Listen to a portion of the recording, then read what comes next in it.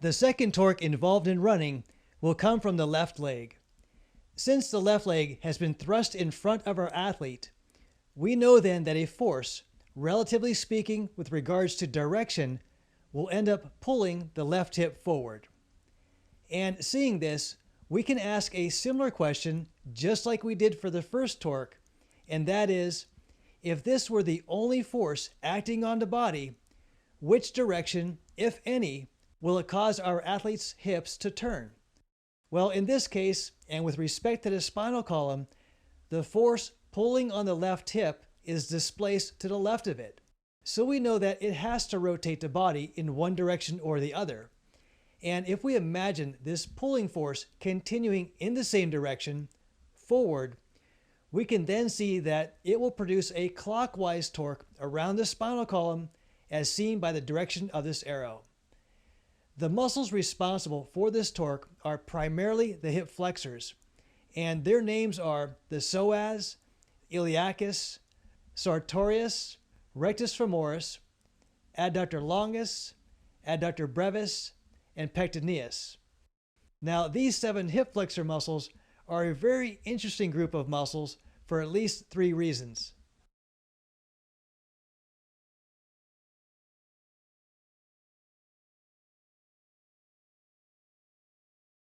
The first reason the hip flexor muscles are in a way unique is that here we have one of the longest and strongest muscle groups in the body that is responsible for improving your running stride and turnover rate. Yet when it comes to the opportunities for athletes to train them, there appear to be very few. For example, if you were to go into a gym, any gym for that matter, the chances of you finding a machine to help you train these muscles would be very slim. From my own personal experience, there is just one machine dedicated in this regard, and it looks like this, where you stand on a platform and have a lever with a pad on it placed over your knee that will allow you to raise it upward while lifting a stack of weights. The only other opportunity you might have to train them as far as using a machine is concerned is that you could possibly pull a stack of weights through a cable that is attached around your ankle. But personally, I don't recommend this as an exercise because of the risk of injury to the hip flexors should you lose your balance during the routine. Now, with regards to simple exercises to help you train them, you are looking at things like sit-ups and hanging knee raises. You might also consider tying a resistance band between your thighs and run to create tension in the hip flexors as the knees are thrust upward and forward. And that's about it with regards to what many athletes have as options to train this muscle group, which again is quite unique considering the importance of them to running faster. Now, with regards to these exercises we just mentioned, which include the dedicated hip flexor machine, sit-ups, hanging knee raises, and running with bands between your thighs, I personally like all of them. But even if you are really devoted to these exercises to help you improve your hip flexor performance, you will have a hard time training all 7 of your hip flexor muscles if these are the only exercises you do. In fact, you will likely only be training 2 of them with these exercises, which brings us to the second reason why this is such an interesting group.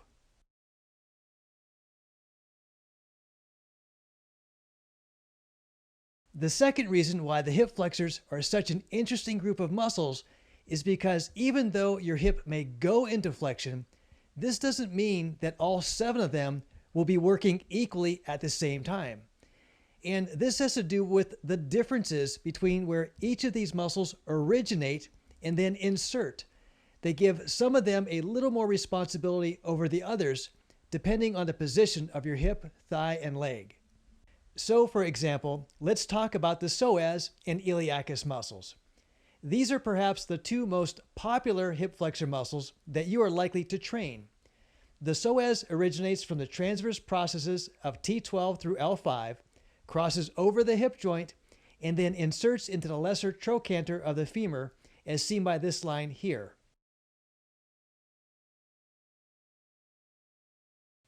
The iliacus originates from the upper 2/3 of the iliac fossa, crosses over the hip joint as well, and also inserts into the lesser trochanter of the femur as seen by this line. Now, any flexion of your thigh upward, similar to what you are seeing in this image, will be caused primarily by these two muscles. And this is similar to the position of your thigh when you perform the exercises such as sit-ups and hanging knee raises and the others.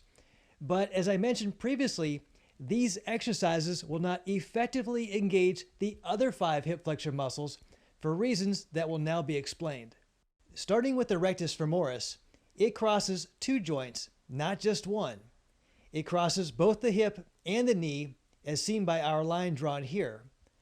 And so to effectively engage this muscle, not only does the hip have to be flexed under resistance, but the knee has to also be extended under resistance.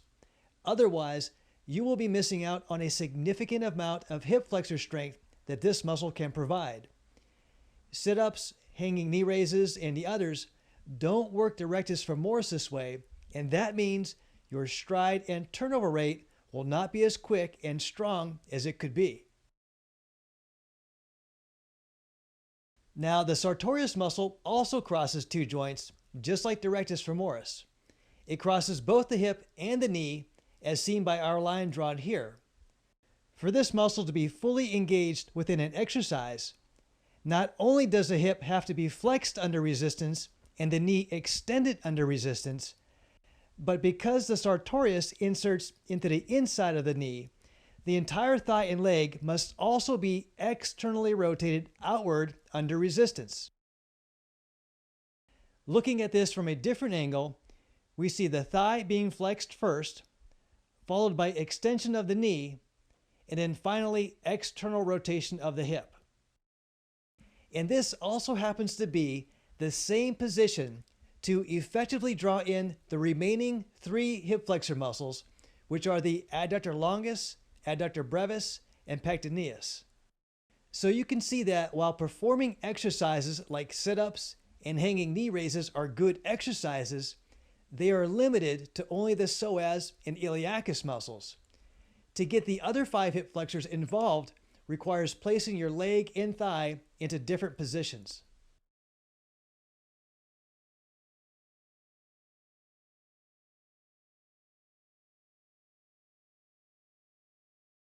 Now, as we mentioned in the first video, there are a total of 5 torques, or rotational forces, acting on the spinal column, and they all must offset each other, or counterbalance each other, so that you can maintain running in a straight line.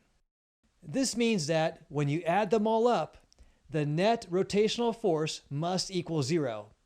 Or another way of seeing this is the amount of force produced by all of the counterclockwise torques must equal the amount of force produced by all of the clockwise torques. And so right now, you will recall back in video number 1 of this series that we had torque number 1 going in the counterclockwise direction, which was powered by the glutes and hams, quads, and calves on the right side of the body.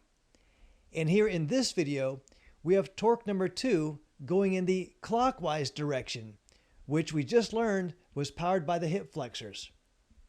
With 3 more torques to consider, one for the right arm, one for the left arm, and one for the torso, I bet many of you would think that most, if not all 3 of them, would favor the side of the hip flexors to help counterbalance them against the powerful glutes and hams, quads, and calves. And if you did, you're going to be pleasantly surprised to find out otherwise.